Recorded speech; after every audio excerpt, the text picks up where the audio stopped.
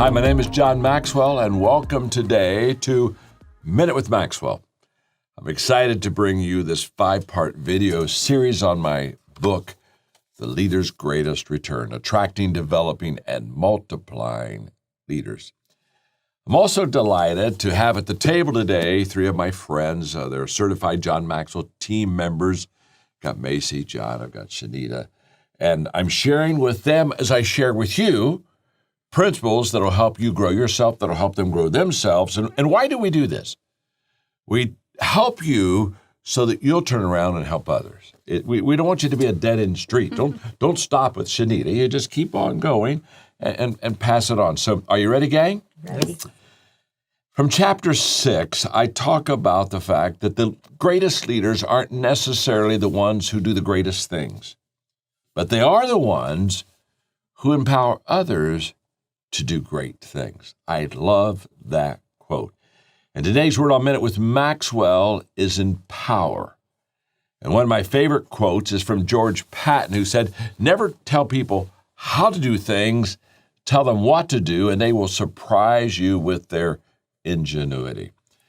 So I want to talk to you about empowering people. And for the 3 of you here at the table, I want to start here by the fact that there's a type of leader that never empowers people, and that person's insecure. Mm. I've never known an insecure person that wanted to give power away.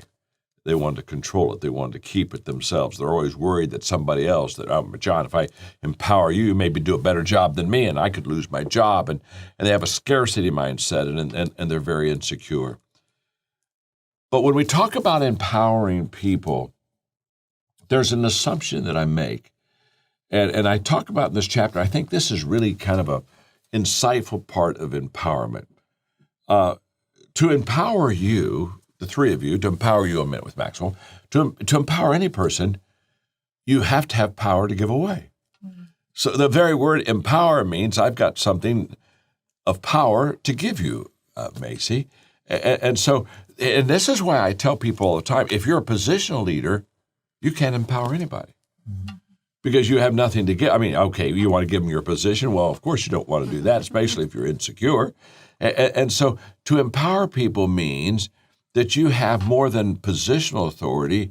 You have credibility as a leader, and you have moral authority. And this is a huge, huge part of empowering people. It's more than I have a position of leadership. It's the fact that I have produced as a leader, and I have credibility as a leader. And John, I have something to give you that will empower you and pass it on.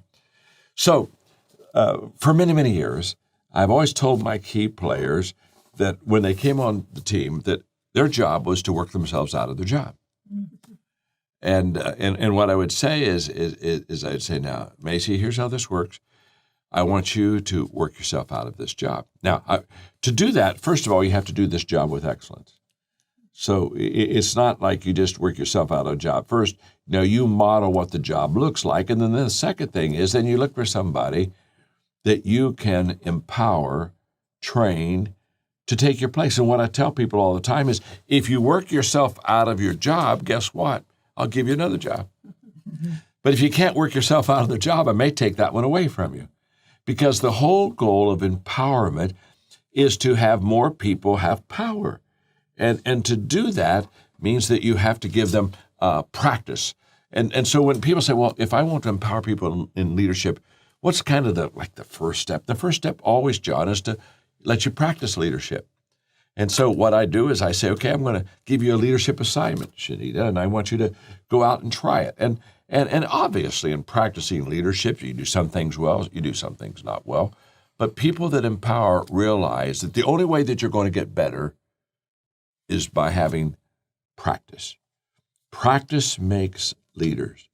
And empowerment is allowing people to practice leadership. And you be the guide, the father, the one who helps them to get better. But you got to let them go out and practice that leadership. And the last thought on this is, I love this part of the book. Okay. In fact, I know the person who wrote this. And this is really true.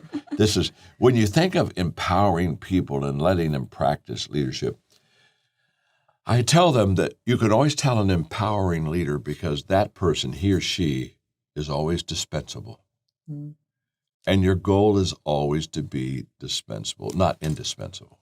You know, I have people sometimes they say, well, John, I couldn't make it without you. And I always think that's kind of funny. I say, oh, yes, you could. You know, I'll die and you'll find out. You can make it without me. I mean, hello, get a life, folks. Everybody. I mean, there's no such thing as indispensable, but here's what's powerful.